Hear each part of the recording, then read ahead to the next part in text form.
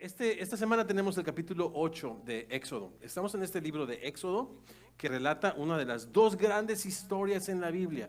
Por supuesto, una es la piedra fundamental donde descansa nuestra fe, y me refiero a la resurrección de Jesucristo. Pero este otro gran evento que la Biblia relata es la liberación del pueblo de Israel de la esclavitud de Egipto. Y esto está justamente en el libro de Éxodo. Este segundo libro de la ley, de los 5 libros que comprenden lo que le llaman el Pentateuco o la ley. Y bueno, hemos estado sintonizados con este hombre, Faraón, que lo quiero ver así como que muy lejano a mí, muy distante a mí, muy distinto a mí, pero se parece tanto a mí, dijera la canción. De verdad, siento que en mucho es un espejo de un corazón duro. Y esta semana, vaya que el texto y las conversaciones en las células nos han pegado duro, porque hemos reflexionado en el corazón duro de Faraón. ¿Cómo es que el corazón se le hizo duro? Porque por otra parte también Dios le usa como un instrumento para Dios mostrar su poder y darse a conocer, ¿no? Como el gran Dios de Israel, ¿no? A quien todos los pueblos mirarían y serían salvos.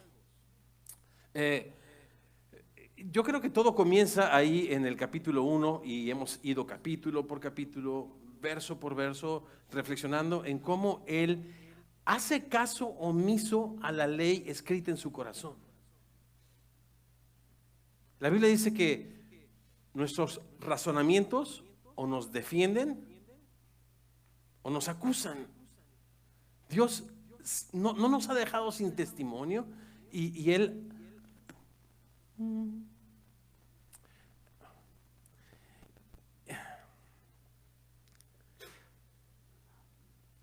se reveló de una manera clara a todos los seres humanos, incluyendo a Faraón. Pero Faraón lo que hizo fue no hacer caso. Y desde el capítulo 1 lo vemos adueñándose de la gente, sintiéndose el dueño de la gente, oprimiendo a las personas, ¿no? Y no solamente esclavizándoles, sino mandando a la muerte a los niños, ¿no? Cuando, repito, en nuestras conciencias, en nuestra mente está grabada la ley de Dios, de modo que nadie puede decir, yo no conocí a Dios. Y más adelante, cuando el pueblo de Israel, Moisés, este instrumento que Dios escoge, ¿verdad? Como un libertador y como un Dios para Faraón, ¿no?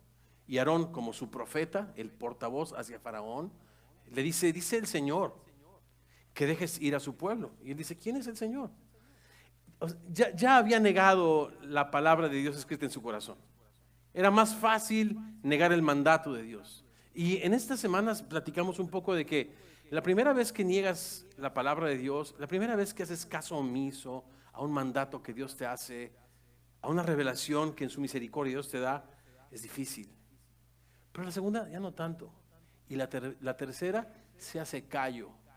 Y después la cuarta y quinta se hace un estilo de vida. Lo que le pasó a Esaú, que buscó el arrepentimiento y con lágrimas, y no lo consiguió, ¿no? Esaú es aquel que vendió su primogenitura, que este hermano de Jacob, que prefirió las cosas temporales que las cosas eternas, que este bagaje de promesas que como primogénito le correspondía a él, se le hizo fácil, lo vendió. Pero después, al aquilatar todo esto, quiso recuperar esto, quiso arrepentirse y no lo consiguió, ¿no? Y bueno, pues este ha sido un retrato de un corazón duro, alguien que hace caso omiso a la palabra de Dios, una, otra. Decía un pastor que nos discipuló a Gavita y a mí cuando éramos jóvenes hace muchos años, Dios, así decía él, Dios te habla una vez, te habla 2 veces, te habla 3 veces, te habla 4 veces, te habla 5 veces, te habla 6 veces, pero no te habla 7, no te habla 8. O sea, hay un momento. No es que Dios deje de hablarte, sino que has endurecido tu corazón, has cerrado tus oídos a su voz. Y algo que hemos estado conversando en estas semanas es que la luz de la palabra de Dios, que es capaz de derretir el corazón o derretir la cera, también es ese calor y es esa luz que endurece la piedra. O sea, por eso para los jovencitos cristianos, ¿no? que nacen en un hogar cristiano, es una tremenda bendición porque potencialmente están exentos, ¿no? de mucho sufrimiento, de mucho dolor, de mucha situación difícil. Pero si los papás ignoramos la palabra de Dios, pero conociendo la palabra de Dios, no le damos a Dios gracias, ni le glorificamos, para esos niños estar en un hogar donde hay un doble discurso, lejos de derretírseles la cera del corazón, se les endurece la piedra del corazón al ver una falta de congruencia. Es terrible. Es terrible. Y bueno, pues este comentario creo yo que es muy apropiado para una iglesia que ha abrazado como su razón de existencia o como su misión esto de que somos una comunidad multigeneracional. Esto significa que todos nos preocupamos de todos, ¿no? Y caminar en la luz para los papás es fundamental, no solamente para nuestro propio beneficio, sino para el beneficio de nuestros hijos. Pero no pensaba yo lanzar pedradas del Día del Padre. Esto solamente lo estoy diciendo como pues un trasfondo, ¿verdad? Al texto. Pero hoy, en el capítulo 8, yo quisiera que tuviéramos otra óptica. Porque sí, este tema del endurecimiento progresa, y lo vamos a ver en el capítulo 10, versículo 1, donde ya no es Faraón el que endurece su corazón, sino es Dios el que endurece el corazón de Faraón. Y ahí vamos a platicar una serie de cosas interesantes. ¿Cómo es que Dios puede responsabilizar a alguien a quien Él mismo le endurece el corazón? Bueno, no se pierda el capítulo 10 de Éxodo, en el versículo 1 lo vamos a estar analizando, estudiando y demás. Pero hoy quisiéramos darle otra óptica, mientras vamos verso por verso. Y es el tema de esta charla del Día del Padre es en su misericordia. En su misericordia. Y a veces, sí, sabemos que la definición popular de misericordia es no darnos lo que merecemos, ¿verdad? Y la definición popular de gracia es darnos lo que no merecemos. Y yo creo que en mucho, pues tiene sentido, pero a veces en su misericordia Dios nos da, ¿no? Un poco de lo que merecemos para que podamos apreciar la riqueza de su bondad, ¿no? Entonces, es un poco esto. ¿Cómo es que Dios trata con misericordia? Porque dice uno de sus profetas, por la misericordia de Dios no hemos sido consumidos. En la historia que vamos desde Génesis a Apocalipsis, a través de Éxodo, más adelante vamos a ver al pueblo de Israel ya en la tierra prometida, en esta tierra que Él prometió a Abraham, a Isaac y Jacob. Pero vamos a ver este pueblo que abandona la ley de Dios. Y empieza a adorar a los ídolos de esta nación y es llevado cautivo por 70 años a Babilonia, y en la misericordia de Dios no son consumidos.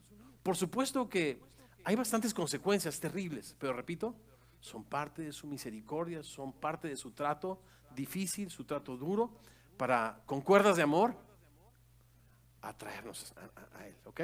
Entonces sí, esto de la misericordia de Dios es no darnos lo que merecemos. Es una definición popular, tiene mucho de razón, pero a veces en su misericordia Dios nos tiene que jalar las orejas. Pues mira nada más cómo las traigo, ¿no? Nos tiene que dar nuestras nalgadas celestiales para que con esas cuerdas de amor nos traiga hacia Él, ¿ok? Vamos a reflexionar tres cosas esta mañana en este texto. Son tres plagas, de manera que tengo tres reflexiones sencillas y podamos ahondar más en la conversación durante nuestras células.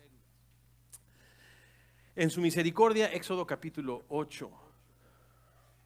Entonces el Señor dijo a Moisés: entra a la presencia de Faraón y dile: el Señor ha dicho así, deja ir a mi pueblo para que me sirva. Y si no lo quieres dejar ir, he aquí yo castigaré con ranas todos tus territorios. Y el río criará ranas, las cuales subirán y entrarán en tu casa, en la cámara donde duermes, y sobre tu cama, y en las casas de tus siervos, en tu pueblo, en tus hornos, en tus artesas, y las ranas subirán sobre ti, sobre tu pueblo y sobre todos tus siervos. Y el Señor dijo a Moisés: di a Aarón, extiende tu mano con tu vara sobre los ríos, arroyos y estanques, para que haga subir ranas sobre la tierra de Egipto. Oramos. Señor hermoso, hablando a nuestro corazón con la luz de tu palabra, Señor, abre nuestros ojos para que podamos ver tu gloria, Señor. Abre nuestros oídos para que podamos, Señor, escuchar tu voz, Señor. No permitas que acontezca, Señor, dureza nuestros corazones, Señor. Permítenos vivir en tu luz, y no solamente eso, sino vivir como personas de luz, como hijos de luz, en medio de un mundo, Señor, que ha endurecido tu corazón, su corazón hacia ti. Oro estas cosas y más en tu nombre precioso, Jesús. Amén.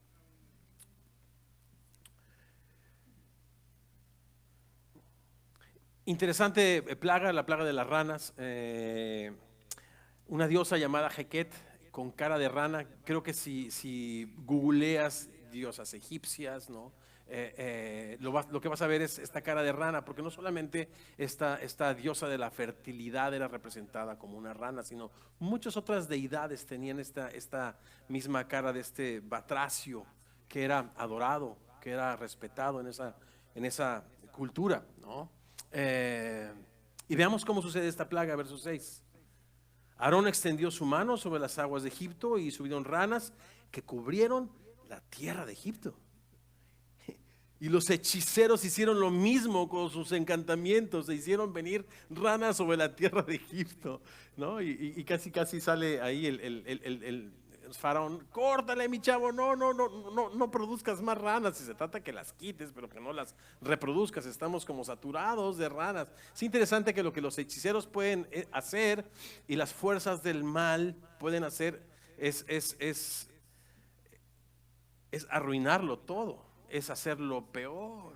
Pero toda buena dádiva, todo don perfecto, solo desciende de lo alto, de nuestro Padre precioso, de nuestro Padre amado.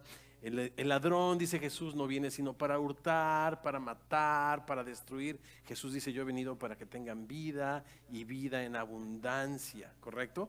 Entonces estos hechiceros lo único que pueden es producir más muerte, producir más caos.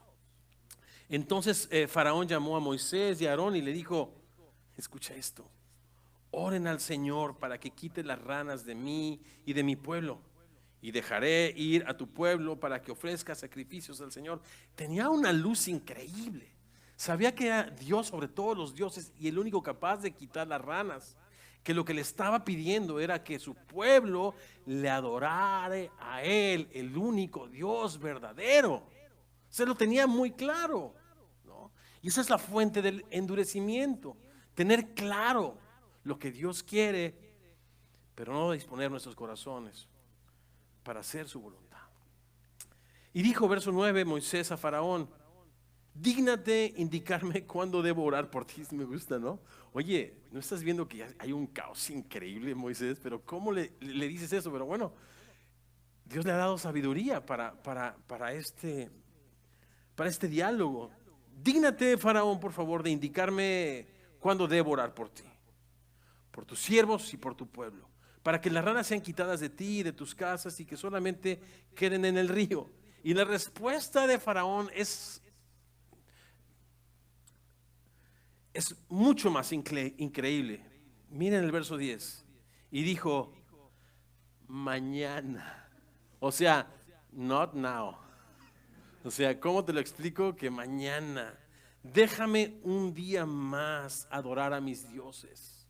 Aunque me traen sufrimiento, aunque me traen dolor, aunque me han robado la identidad, la paz, el gozo, son mis dioses.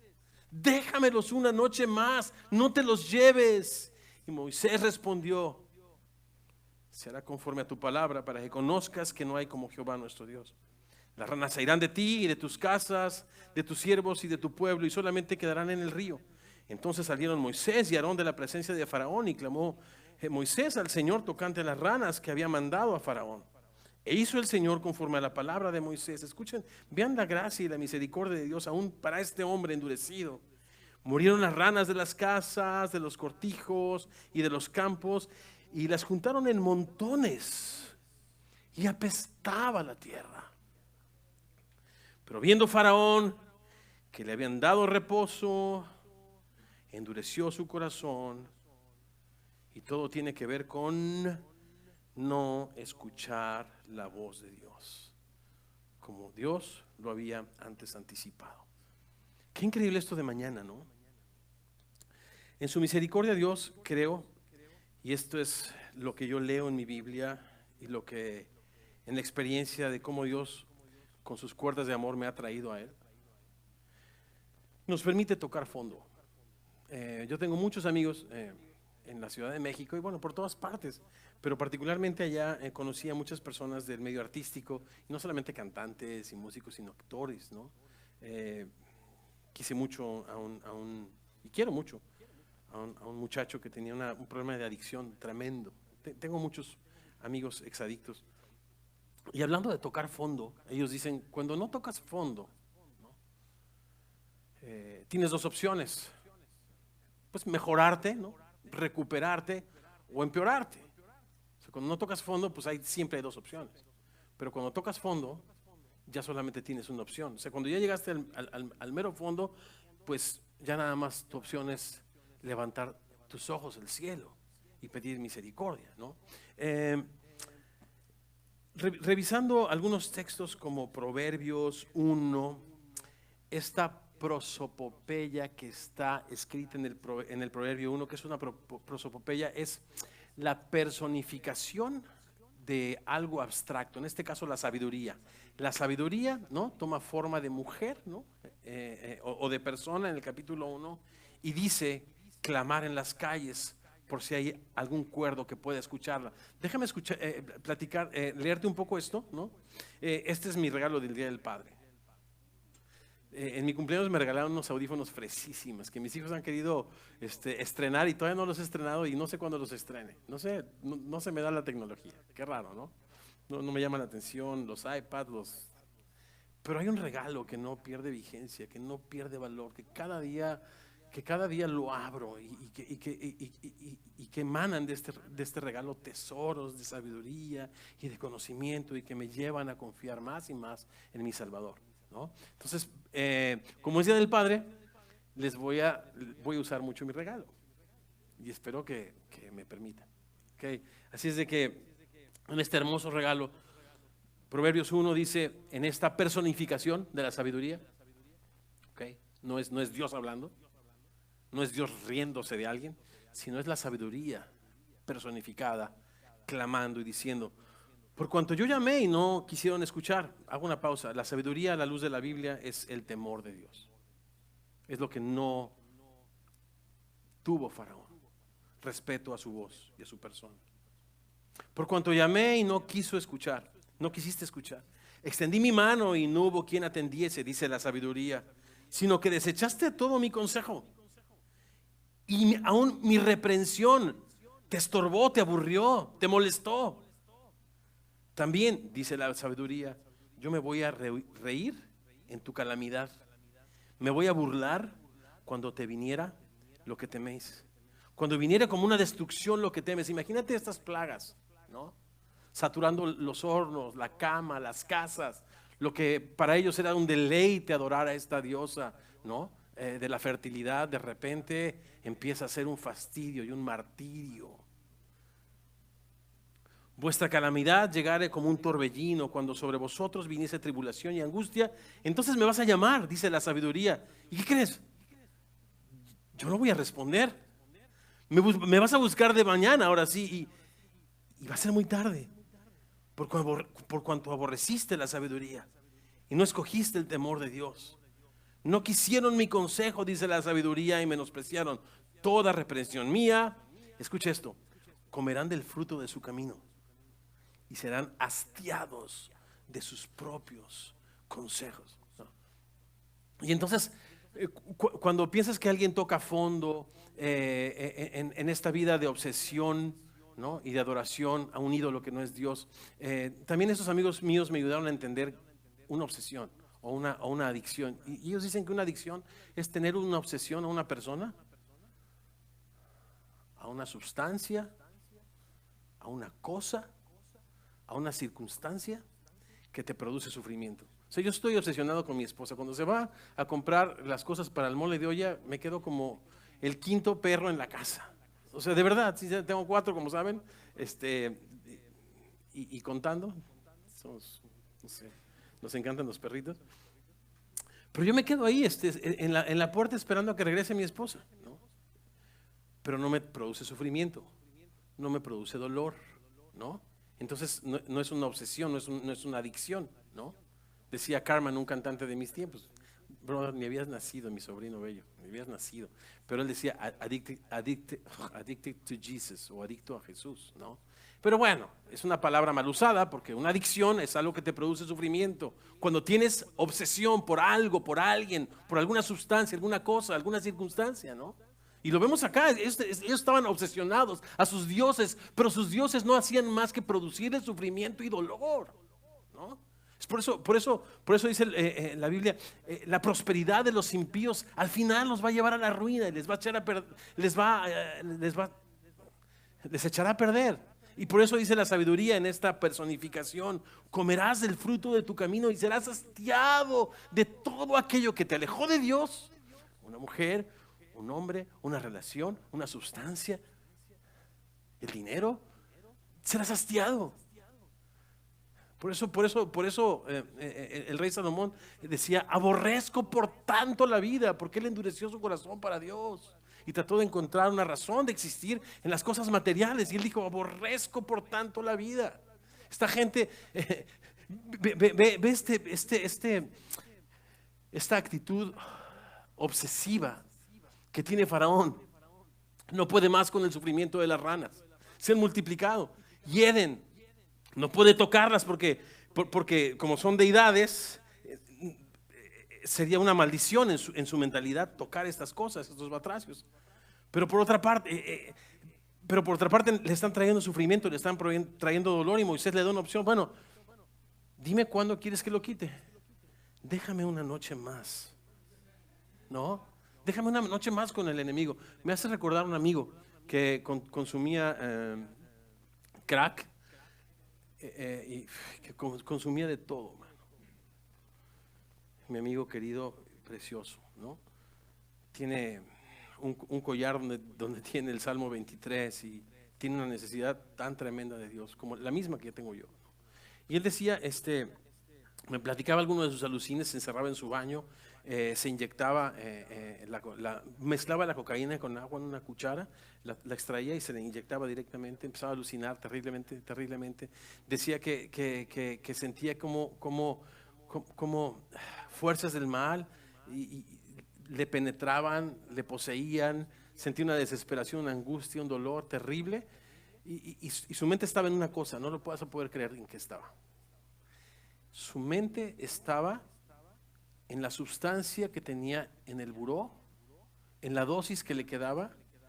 Se estaba a punto de morir, pero decía: no me puedo morir sin consumir la dosis extra que tengo en el buró. Yo sé que es una exageración, pero así estamos. Una noche más con el pecado, con el dolor, con la desobediencia, con esas cosas que nos están matando. Y Dios, en su misericordia, te deja que vomites esas cosas, que toques fondo. Eso es su misericordia, porque si no vas a volver. Pero lo más terrible es que dice el libro de Proverbios que al necio, aunque lo majes, ¿verdad?, en un mortero, en un pisón, en un molcajete, ¿no? Para los mexicanos, ¿cómo le llaman en Perú? Si hay en un mortero, aunque, y creo que así dice la Biblia. Una para Perú, 0 para México, ¿no? Aunque majes, ¿no?, en un mortero al necio, no por eso se alejará de su necedad. Déjame una noche más con las ranas. Ese soy yo, la verdad, ese soy yo. Por eso la Biblia dice, si escuchas hoy, no mañana, hoy tu voz, no endurezcas tu corazón. Porque es un regalo cuando te das cuenta de lo autodestructiva de tu naturaleza y de la grande gracia de Dios. En ese momento dobla tu rodilla, o como dice el tío Gamboín, llámale a quien más confianza le tenga. Llámale a tu líder de célula, llámale a tu esposa, a tu esposo, haz una oración y dile, necesito arrepentirme de esto. Porque si no te arrepientes, el corazón te endurece y después será quebrantado. Y dice la Biblia, no habrá medicina. Dice la Biblia que el corazón que es confrontado y se endurece, será quebrantado y no habrá para medicina.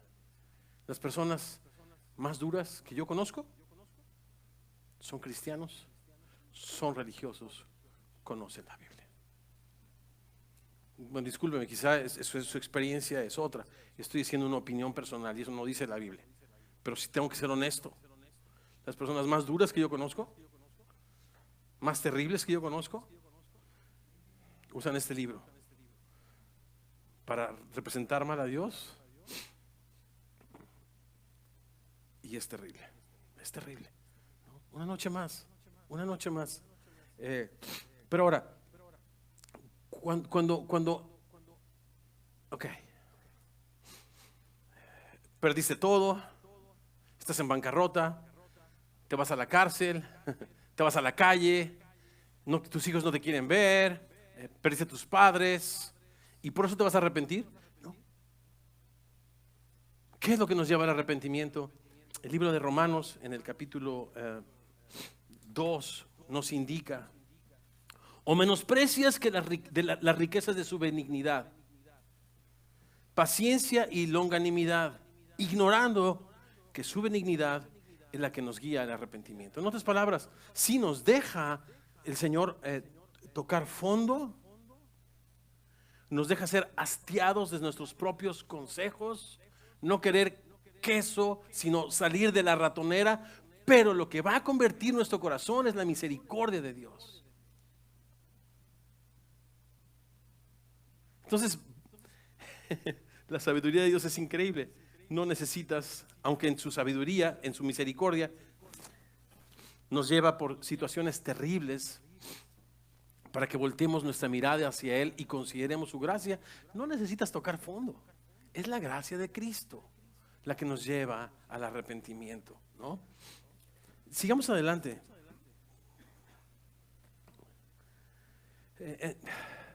Ahorita me acordé de Amy Winehouse, ¿se acuerdan? Yo no sé si han visto, bueno, esta es una cantante famosa, ya tiene más de una década que ganó un Grammy por la mejor artista, mejor cantante, ¿no? Y hay un documental en Netflix, si lo quieren ver, es terrible.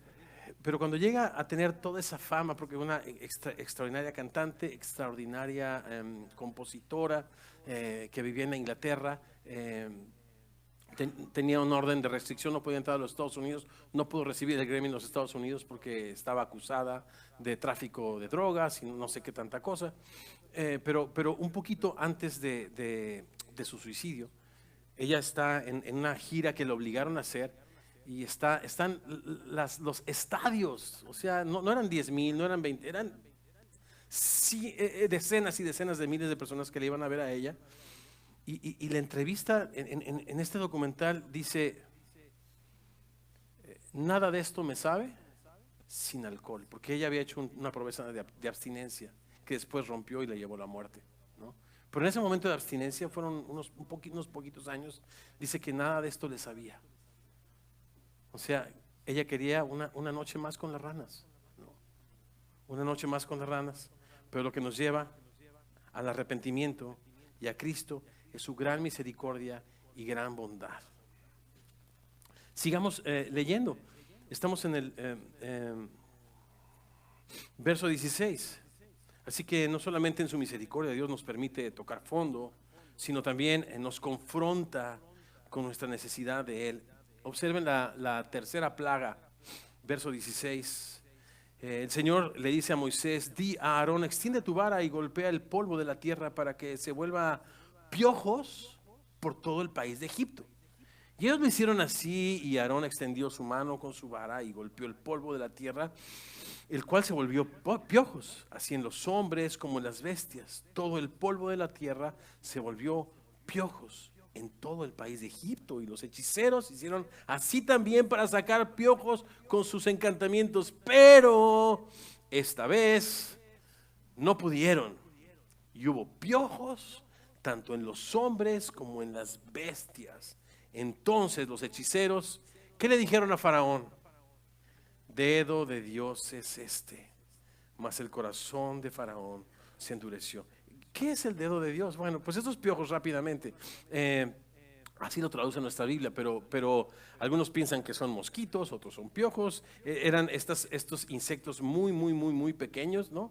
Eran tan abominables que por eso ves a muchos de los egipcios completamente rapados, porque eran súper pulcros, y pensar en una cosa como esta sería pues algo terrible, ¿no? Pero dicen los hechiceros que esto es dedo de Dios. Hay muchos pasajes, y en las células vamos a estar leyendo algunos pasajes acerca del dedo de Dios y qué dice la Biblia acerca del dedo de Dios, ¿no?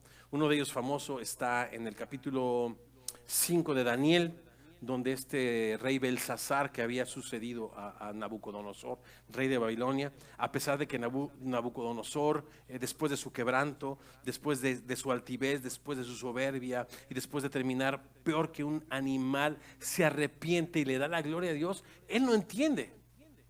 Y él se jacta, se llena de orgullo, y Daniel habla con él, pero él no quiere escuchar la voz de Dios. Él se endurece, y finalmente el dedo de Dios escribe en la pared, ¿no?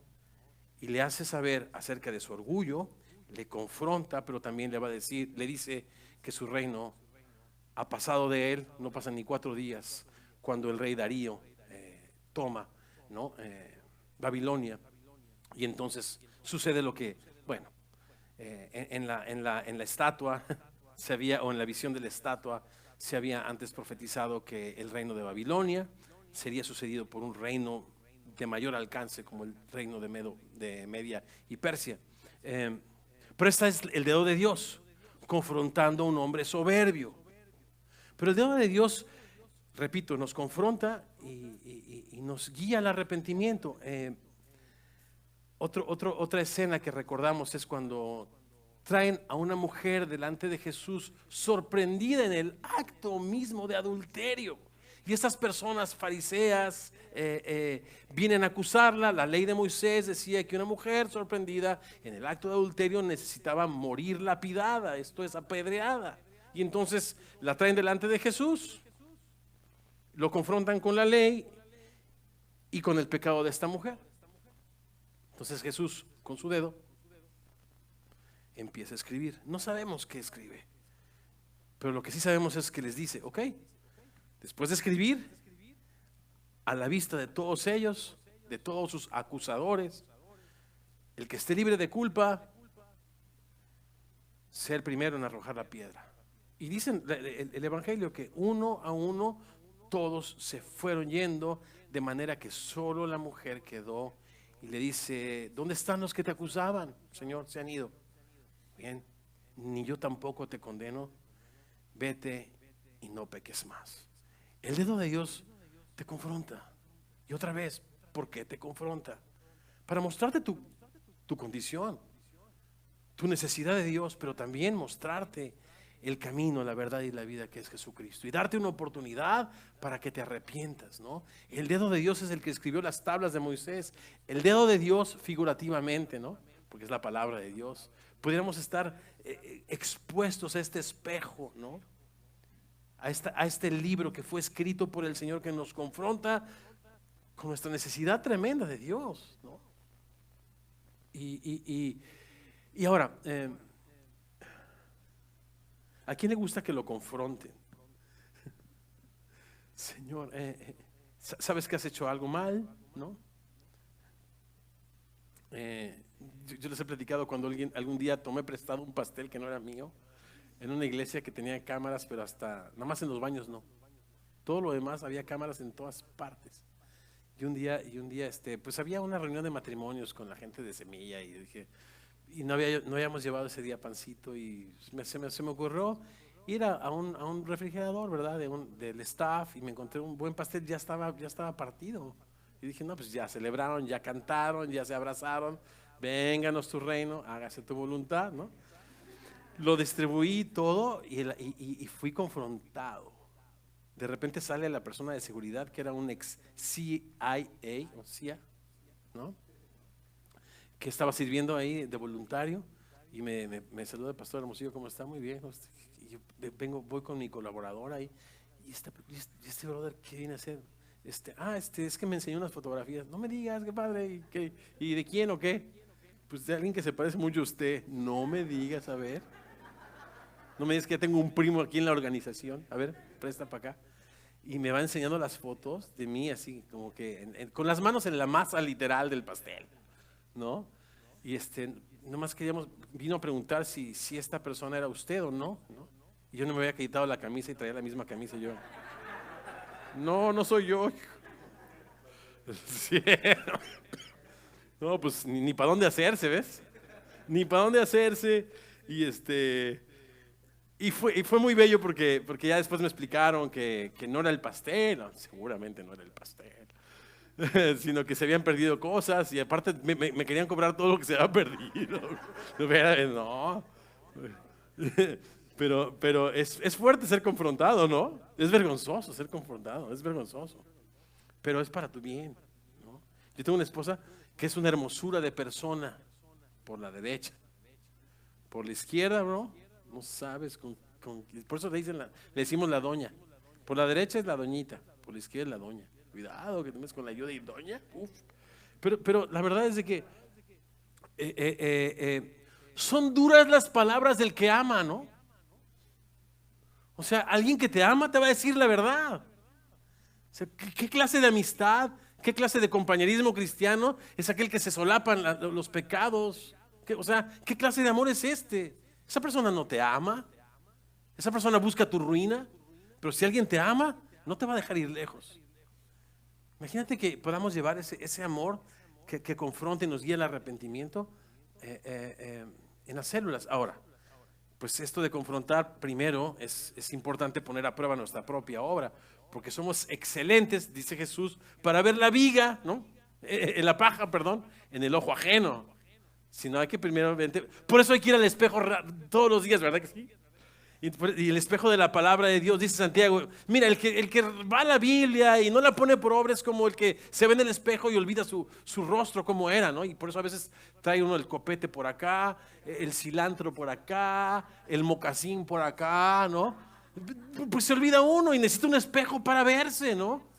Pero el que observa la Biblia y busca agradar al Señor y está memorizando sus versículos todos los días, es aquel que tiene una perspectiva correcta, ¿no?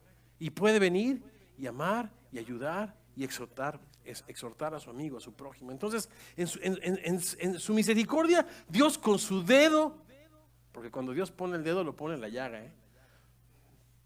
Pero, pues, como el doctor, de doctores, ¿verdad? ¿Qué es? Cuando va a hacer un trasplante de corazón, lo hace a corazón abierto, pero te va a poner el corazón de su hijo para que clames Abba Padre, ¿no? Para que seas sensible a su voz. Pero a veces son procesos, o sea, sí, esto de su misericordia, no darnos lo que merecemos, sí lo entiendo, pero es un poco más que eso. Hay procesos dolorosos de misericordia, y este es un proceso de misericordia que este hombre no quiere escuchar, pero que yo casi estoy seguro, mis hermanos, que todos nosotros hemos pasado por estos procesos. Yo casi estoy seguro, ¿no? De donde quieres una noche más con las ranas, que presentas un comportamiento completamente irracional, y Dios en su paciencia te lleva a su gracia y con su palabra y con su espíritu te confronta con tu pecado y nos manda a todos los hombres en todo lugar que nos arrepintamos. El primer paso para ser parte de la familia de Dios es arrepentirte y creer en su Hijo Jesucristo. Pero por alguna razón le hemos quitado esta parte del arrepentimiento y pues ya se ha hecho una cosa bastante extraña.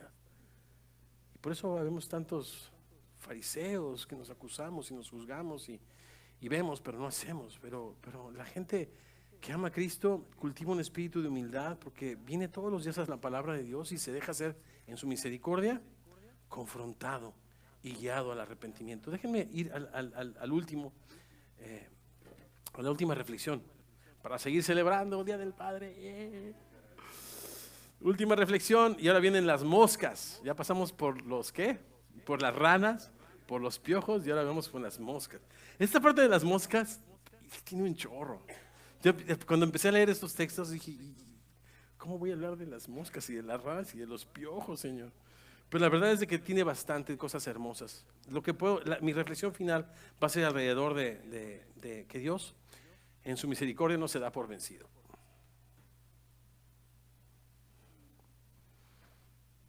No se da por vencido. Dice que no los escuchó como el Señor lo había dicho, verso 19 final.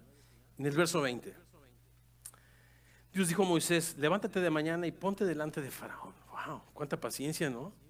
Y aquí él sale al río y dile, el Señor ha dicho así, deja ir a mi pueblo para que me sirva. Wow, cuánta gracia, ¿no es cierto? Cuánta misericordia. Porque si no dejas ir a mi pueblo, he aquí yo enviaré sobre ti, sobre tus siervos, sobre tu pueblo, sobre tus casas y toda clase de moscas. Y las casas de los egipcios se llenarán de toda clase de moscas, y asimismo la tierra donde ellos estén. Y aquel día yo apartaré o haré diferencia en la tierra de Gosén, en la cual habita mi pueblo, para que ninguna clase de mosca haya en ella, a fin de que sepas que yo soy el Señor en medio de la tierra. Bueno, yo estoy subrayando esto. En el verso 10 lo acabamos de leer, para que conozcas que no hay como el Señor nuestro Dios, porque ese es el tema. No es, y bueno, para que el pueblo sea feliz, ¿no? Tengan casa, comida y sustento, y vivieron felices, and they lived happily ever after, es lo único que se dice en inglés, y que vivieron felices para siempre, ¿no? No. La Biblia se trata de Él, todo es de Él, todo es por Él, todo es para Él. Él es antes de todas las cosas. Esta historia del Éxodo existe para que todo el mundo sepa que el Señor es Dios en medio de la tierra. Yo pondré redención entre mi pueblo y el tuyo. Mañana será esta señal. Ahora, por alguna razón, mientras yo leo mi Biblia desde Génesis, yo veo que cuando Dios escoge a Israel, lo escoge con un propósito y para una misión, y esto es para que todas las familias de la tierra sean benditas. Yo cuando leo los profetas encuentro una imagen que se me hace rara, discúlpame, que Jerusalén va a haber una calzada hasta Egipto y que va a subir hasta Babilonia, y en esa calzada va a fluir la justicia, la paz, el shalom, la seguridad, la verdad, ¿no? O sea, definitivamente toda la tierra está contemplada bajo el pacto que Dios le hizo a Abraham, y en su simiente, Cristo, ser benditas todas las familias, todas las naciones de la tierra. Entonces, porque la Biblia dice que Dios no hace distinción de personas, y de repente ves este pasaje y lo aíslas de todo lo que la Biblia dice. ¿Cómo de que Dios no hace distinción de personas? Aquí está diciendo que va a ser una distinción entre Gosén, donde vive su pueblo, y el resto de Egipto. Sí, esta distinción la hizo Faraón cuando no ha querido, conociéndola, escuchar la voz de Dios. Y lo único que Dios está ratificando la decisión que de antemano Faraón ha tomado de no tomar en cuenta a Dios. Eso es lo que está sucediendo acá.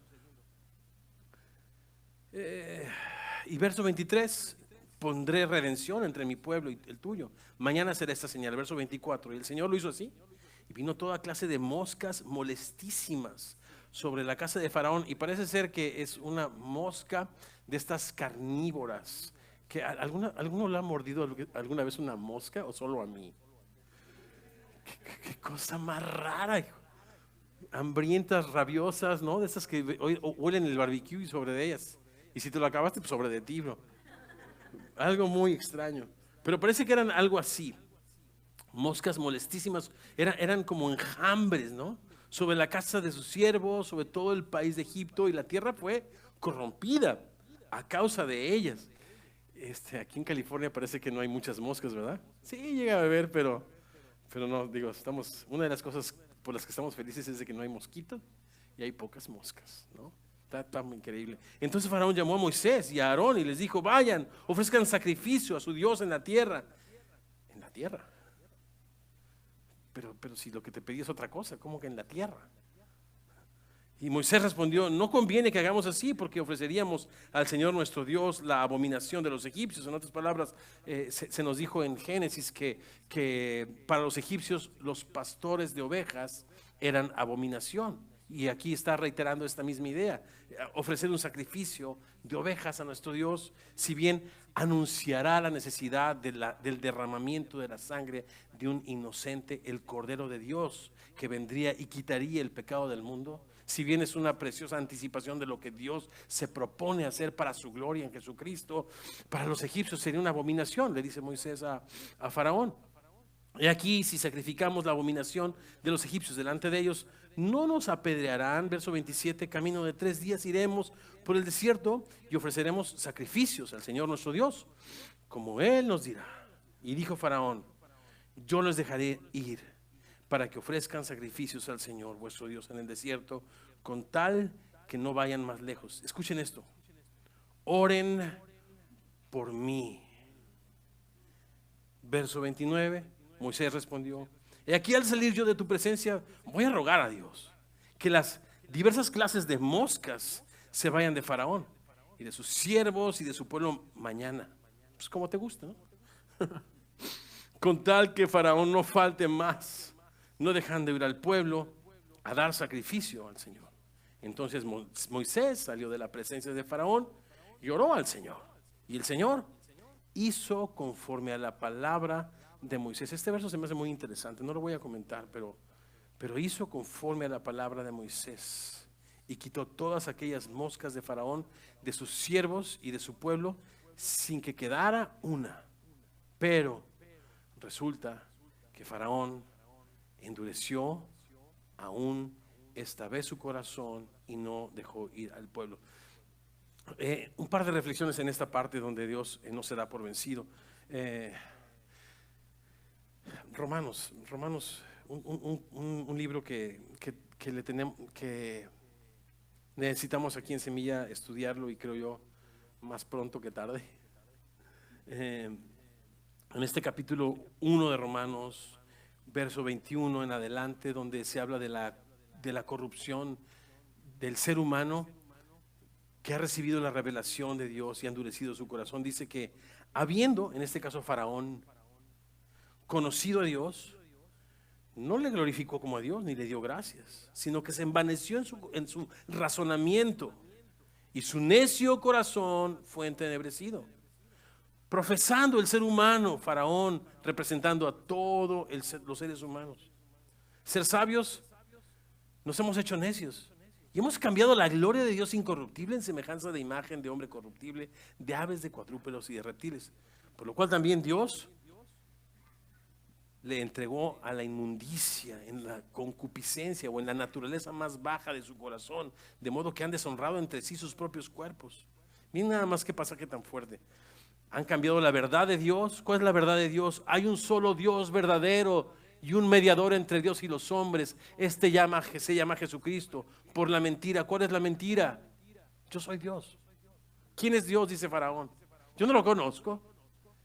Yo soy la única razón. O sea, quizás sea religioso, quizás sea evangélico, pero como vivo mi vida, el dinero que tengo, el tiempo que Dios me da, la vida que Dios me ha prestado, todo está enfocado alrededor de mí. ¿Quién es mi Dios?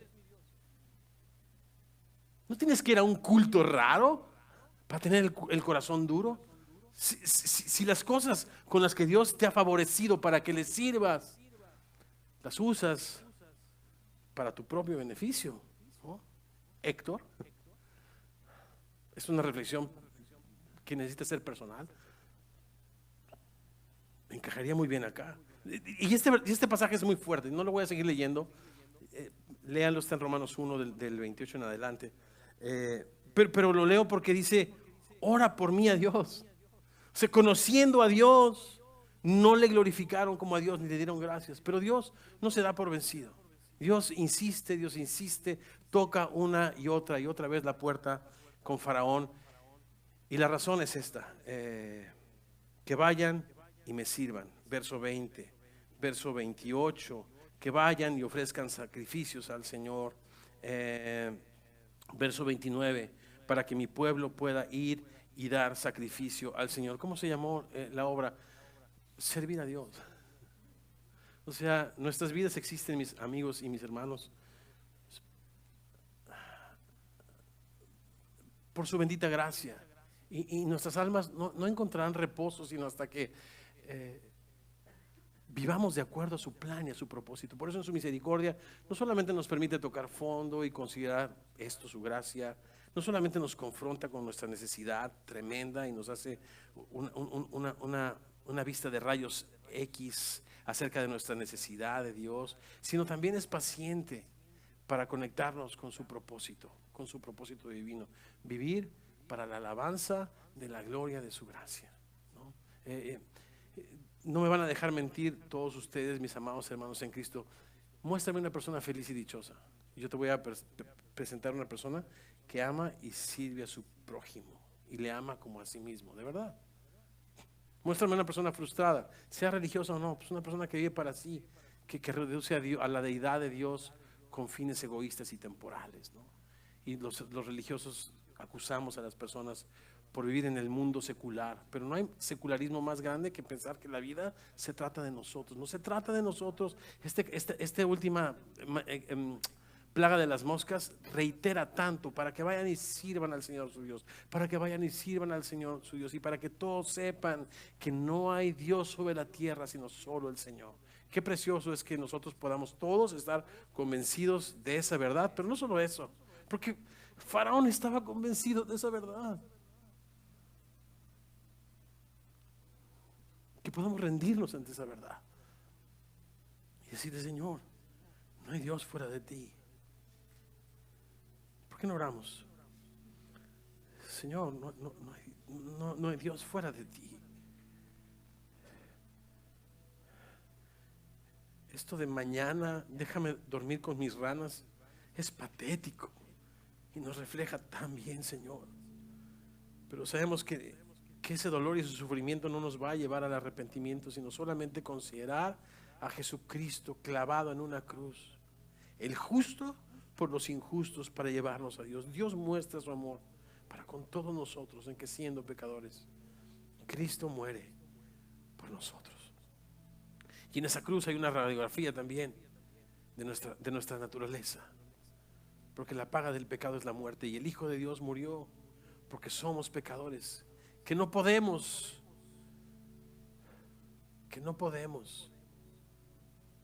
sino vivir para nosotros mismos, que no podemos sino lastimarnos, que no podemos sino endurecer nuestro corazón. Pero Dios nos ha dado su evangelio, las buenas noticias, para que si creemos en Él no nos perdamos y nos reconectemos con su propósito, vivir para la alabanza de su gloria. Señor hermoso, aquí estamos todos en un día donde la gente festeja, y vamos a festejar, pero no hay festejo mayor que saber que no te has dado por vencido, que nos has enviado a tu Hijo Jesucristo, que nos das tu palabra el día de hoy, que nos das oídos para oírla, Señor. Enternece nuestro corazón para ponerla por obra, Señor. Perdona, Señor, nuestra actitud autodestructiva y soberbia, Señor.